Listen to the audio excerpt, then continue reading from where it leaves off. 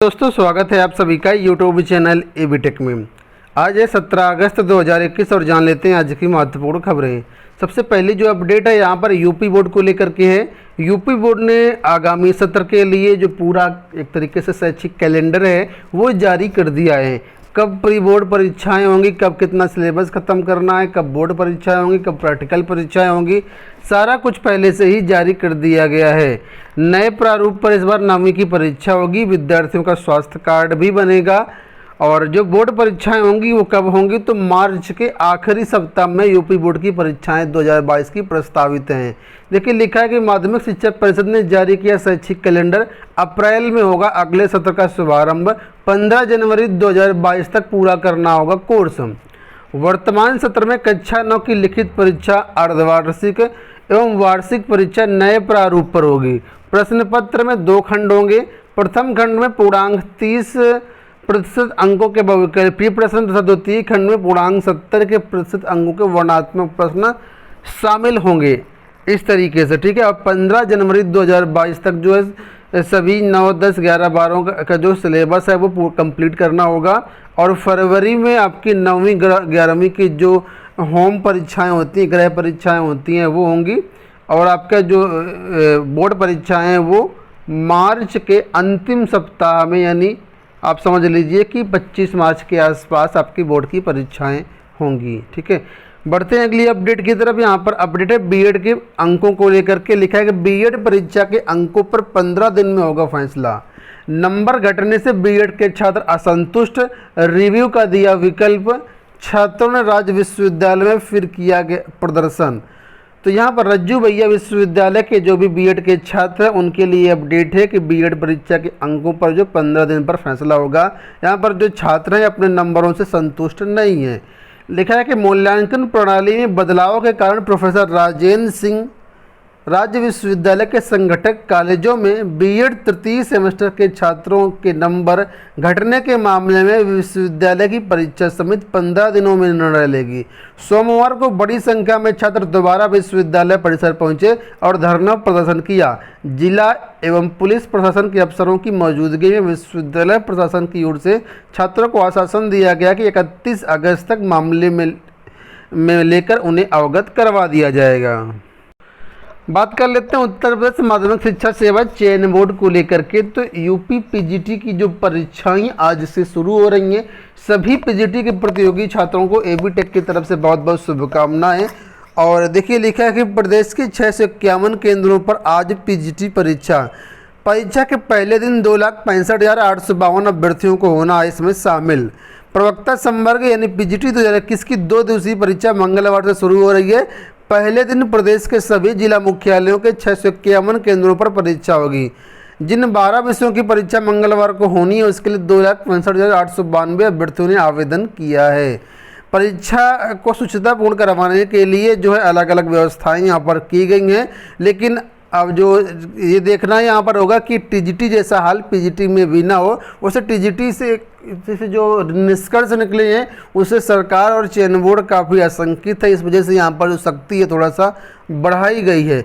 कोविड-19 की गाइडलाइन का पालन करते हुए नकल विहीन परीक्षा कराने के जो इंतजाम है वो किए गए हैं। परीक्षा टाइमिंग को लेकर कोई भी बदलाव नहीं किया गया। बहुत से अभ्यर्थी पूछ रहे थे, तो जो आपके एडमिट कार्ड में लिखा हुआ टाइम सेम उसी टाइम पर परीक्षा होगी। सुबह की परीक्षा 9:30 बजे से 11:30 बजे के बीच होगी। दोपहर पाली की जो परीक्षा है वो 2:30 से 4:30 बजे के बीच होगी। ठीक है, दोनों विषयों की परीक्षा के लिए 4,73,401 अभ्यर्थियों ने यहाँ पर आवेदन किया है। आज जिन 12 विषयों की परीक्षा उसमें देखें कौन कौन से विषयों की परीक्षा है। तो पहले दिन पहली पाली में आज सुबह भौतिक विज्ञान की, जीव विज्ञान, समाजशास्त्र, इतिहास, मनोविज्ञान एवं तर्कशास्त्र की परीक्षा है। 1,35,491 अभ्यर्थी इसमें से हैं। इसी तरह दूसरी पाली में रसायन विज्ञान, भूगोल, हिंदी, शारीरिक शिक्षा, वाणिज्य, संगीत, गायन इसकी परीक्षा और 1,30,000 अभ्यर्थी इसमें भी शामिल हैं। परीक्षा केंद्र में आप मोबाइल, घड़ी, कैलकुलेटर इस तरीके से कोई भी इलेक्ट्रॉनिक उपकरण नहीं ले जा पाएंगे। ठीक है, और यहाँ पर एक चेतावनी ये दी गई है। देखिए कहा गया कि अगर कोई अभ्यर्थी ओएमआर सीट अपनी खाली छोड़ देता है तो जो कक्ष निरीक्षक वगैरह हैं या अभ्यर्थी खुद ही उस ओएमआर सीट पर क्रॉस कर देंगे, जिससे जो बाद में ओएमआर सीट पर ऑप्शंस ब्लैक ना किए जा पाएँ। ठीक, तो ये यहाँ पर जो है कहा गया है, सुझाव दिया गया कि जो खाली OMR सीट छोड़ता है उसकी OMR सीट पर क्रॉस का निशान लगा दिया जाए। बिजली विभाग में भर्तियों को लेकर के देखिए अपडेट दिया गया कि बिजली विभाग में 3 साल नौकरी करने के बाद भटक रहे 603 युवा। यूपी पावर कॉरपोरेशन ने CCC के विवाद में नियुक्ति को किया था निरस्त। बिजली विभाग में 3 साल तक नौकरी करने के बाद 603 युवा सड़कों पर भटक रहे हैं। यूपी पावर कॉरपोरेशन ने इन्हें कंप्यूटर ज्ञान आधारित कोर्स CCC विवाद के कारण नौकरी से बर्खास्त कर दिया है। पीड़ितों का कहना है कि सेवा शर्त तैयार करने वालों का दोष उन पर मढ़ा जा रहा है, जबकि दोषियों पर कोई कार्रवाई नहीं की गई। वह निदेशक कार्मिक का कहना है कि सुप्रीम कोर्ट के आदेश पर अमल किया गया है। अभ्यर्थियों को दोबारा आवेदन में 1 साल की जो छूट है वो दी गई है। तो क्या था मामला, तो यहाँ पर देखिए पूरा मामला लिखा है कि चयन में फेल अभ्यर्थियों ने CCC को लेकर के न्यायालय की शरण ली। टेक्नीशियन ग्रेड 2 के पद पर 15 जुलाई 2015 को नियुक्ति पाई 603 अभ्यर्थियों के न्यायालय के आदेश पर पावर कॉरपोरेशन ने मई 2018 को सेवा से निकाल दिया, जबकि विद्युत सेवा आयोग द्वारा निकाले गए विज्ञापन में इस पद के लिए शैक्षिक योग्यता ITI और CCC अथवा समकक्ष प्रमाण पत्र मांगा गया था। सेवा शर्त के आधार पर युवाओं ने परीक्षा के कई चरण पर नियुक्ति पाई थी। तो यहाँ पर अभ्यर्थियों ने अलग अलग आरोप जो लगाए हैं वो आप लोग देख सकते हैं। यहाँ पर उत्तर प्रदेश में जनसंख्या नियंत्रण कानून को लेकर के एक बड़ी अपडेट आई है। देखिए लिखा है कि 2 से अधिक बच्चों पर सरकारी नौकरी नहीं, चुनाव लड़ने पर भी रोक का प्रस्ताव। विधि आयोग ने जनसंख्या नियंत्रण कानून का मसौदा मुख्यमंत्री को सौंपा। लेकिन नीचे दिया गया है कि प्रदेश में जनसंख्या नियंत्रण कानून के मसौदे को सरकार व विधानमंडल के दोनों सदनों की मंजूरी मिल गई तो 2 से अधिक बच्चों के माता पिता को ना तो सरकारी नौकरी मिलेगी और ना ही वे पंचायत नगरीय चुनाव लड़ पाएंगे। राज्य विधि आयोग के अध्यक्ष आदित्य मित्तल ने सोमवार को इस कानून के अंतिम मसौदे को मुख्यमंत्री योगी आदित्यनाथ को सौंप दिया। इस महीने का जो मसौदे का जो ड्राफ्ट है बीते महीने जारी कर आयोग ने आपत्तियां मांगी थी, सुझाव मांगे थे। आयोग का दावा है कि 8,500 से ज़्यादा अभ्यर्थी यहाँ पर लोगों ने सुझाव दिए हैं, जिसमें 99.5% लोगों ने इस कानून के पक्ष में ही वोट किया है और उनके उसी के पक्ष में ही सुझाव दिए हैं। अब देखिए यहाँ पर कुछ चीज़ें दी गई हैं। लिखा है कि अगर दूसरी बार जुड़वा बच्चा हो जाता तो कानून का उल्लंघन नहीं होगा, और यदि किसी के 2 बच्चे हैं, नौकरी लगने के बाद इनमें से किसी एक की या दोनों की मृत्यु हो जाती है तो भी तीसरे संतान को जन्म दे सकते हैं वो लोग। ऐसे में यदि किसी से के 2 बच्चे हैं और दोनों शारीरिक रूप से विकृतिग्रस्त हैं तो व्यक्ति तीसरा बच्चा गोद भी ले सकता है। यहाँ पर देखिए दिया गया कि 1 बच्चे वालों को मिलेगी अतिरिक्त सुविधाएं, जिसके 1 बच्चे होंगे उनको सरकारी नौकरी में 4 इंक्रीमेंट तक मिल सकते हैं। साथ में उच्च शिक्षा के लिए जो अतिरिक्त लाभ भी मिलेगा। बेटी होने पर उच्च शिक्षा के लिए स्कॉलरशिप वगैरह भी मिलेगी। लेकिन जिसके 2 से ज़्यादा बच्चे होंगे उनकी सुविधाओं में कटौती, किसी प्रकार की कोई सब्सिडी वगैरह नहीं मिलेगी, चुनाव वगैरह भी नहीं लड़ पाएंगे।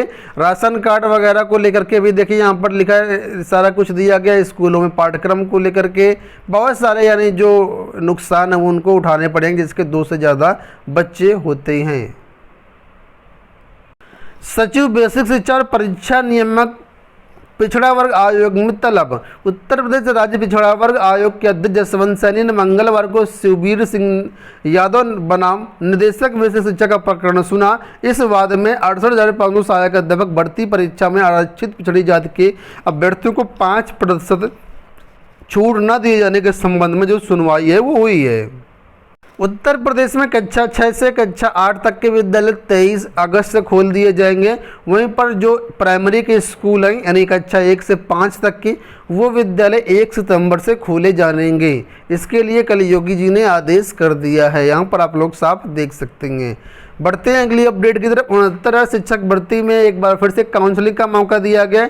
ऐसे अभ्यर्थी जो तृतीय काउंसलिंग में उपस्थित नहीं हो पाए थे, आज 17 और 18 अगस्त को इसमें काउंसलिंग होनी है अलग अलग जिलों में, ठीक है, विभिन्न जिलों में। तो जो भी अभ्यर्थी अनुपस्थित रहे उनके लिए एक मौका और है कि वो इसमें शामिल हो सकते हैं। अगली अपडेट यहाँ पर देखिए ये कस्तूरबा गांधी भर्तियों को लेकर के है और यहाँ पर सुल्तानपुर जिले की कट ऑफ जारी की गई है।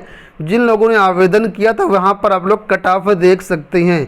कट ऑफ किस तरीके से निर्धारित किया गया उसके बारे में भी यहाँ पर दिया गया है, कैसे कैसे कट ऑफ बनाया गया है, और UR OBC SC ST EWS की कितनी कितनी कट ऑफ गई है विषय के सापेक्ष में, वो भी आप लोग यहाँ पर देख सकते हैं। इसका स्क्रीनशॉट जो है, ये जो पिक है हमारे टेलीग्राम चैनल पर मिल जाएगा अगर आप डाउनलोड करना चाहते हैं। साथ में क्या क्या डॉक्यूमेंट्स आपको लेना है, आगे क्या प्रक्रिया, उसके बारे में भी यहाँ पर सारी जानकारी दी गई है। अंत में बात कर लेते हैं हम लोग प्राथमिक शिक्षक भर्तियों को लेकर के।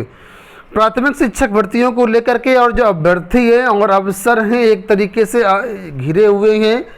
अभ्यर्थी लगातार मांग कर रहे हैं कि जो 68,500 में खाली पदों पर सीटें थी उनको 69 शिक्षक भर्ती में जोड़ दिया जाए और 69,000 शिक्षक भर्ती में सफल अभ्यर्थियों को नियुक्ति दे दी जाए। जबकि अफसर इसको लेकर के जो हैं वो तैयार नहीं है। उनका कहना है कि दोनों भर्तियां अलग अलग हैं, दोनों के कट ऑफ अलग हैं, परीक्षा का प्रारूप अलग है, ऐसे में किसी भी प्रकार से जोड़ना संभव नहीं है। ठीक है। और बहुत सारे ऐसे अभ्यर्थी हैं जो कि लखनऊ में लगातार 4-5 दिन से टंकी पर चढ़े हुए पानी पर, और इसके साथ साथ जो है उनका आमरण अनशन भी चल रहा है, लेकिन इनको सिर्फ आश्वासन मिल रहा है और जो है कोई भी कार्रवाई नहीं हो रही है। अफसर इसको किसी भी तरीके से जोड़ने के लिए जो तैयार नहीं है। उनका कहना है कि दोनों भर्तियों के प्रारूप सब कुछ अलग अलग, ऐसे पदों को जोड़ा जाना जो है संभव नहीं है। तो अब बहुत से ऐसे अभ्यर्थी हैं जो नई भर्ती की मांग कर रहे हैं और कुछ अभ्यर्थी ऐसे हैं जो उन्हीं पदों को जोड़ने की मांग कर रहे हैं। फिलहाल अभी किसी के लिए भी कोई भी स्पष्ट नहीं है। लगातार सभी अभ्यर्थी धरना प्रदर्शन इसको लेकर के कर रहे हैं। देखिए यहाँ पर लिखा है कि अभ्यर्थियों का कहना है कि विभाग के अफसर उनकी मांगे नहीं मान रहे हैं, उनकी सुधि लेने वाला कोई नहीं है। वहीं अफसरों का कहना है कि दो अलग अलग भर्तियों के पद जोड़ना संभव नहीं है, दोनों में चयन अलग अलग तरीके से हुआ, इसलिए एक भर्ती परीक्षा में सफल होने वालों को दूसरी भर्ती में समायोजित नहीं किया जा सकता है। तो दोस्तों ये हो गई आज की सारी अपडेट। आशा करते हैं वीडियो पसंद आया होगा। इसी तरह के मॉर्निंग अपडेट्स पाने के चैनल को सब्सक्राइब कर लीजिए, वीडियो को लाइक और शेयर भी कर दिया करें ताकि कोई भी अपडेट हो तो आपको मिलती रहे और हमें भी एक मोटिवेशन मिलता है अगर आप वीडियो को लाइक और शेयर करते हैं। डिस्क्रिप्शन बॉक्स में टेलीग्राम चैनल का लिंक दिया गया है, वहाँ पर भी आप लोग ज्वाइन कर लीजिएगा। फिलहाल इस वीडियो में इतना ही, धन्यवाद।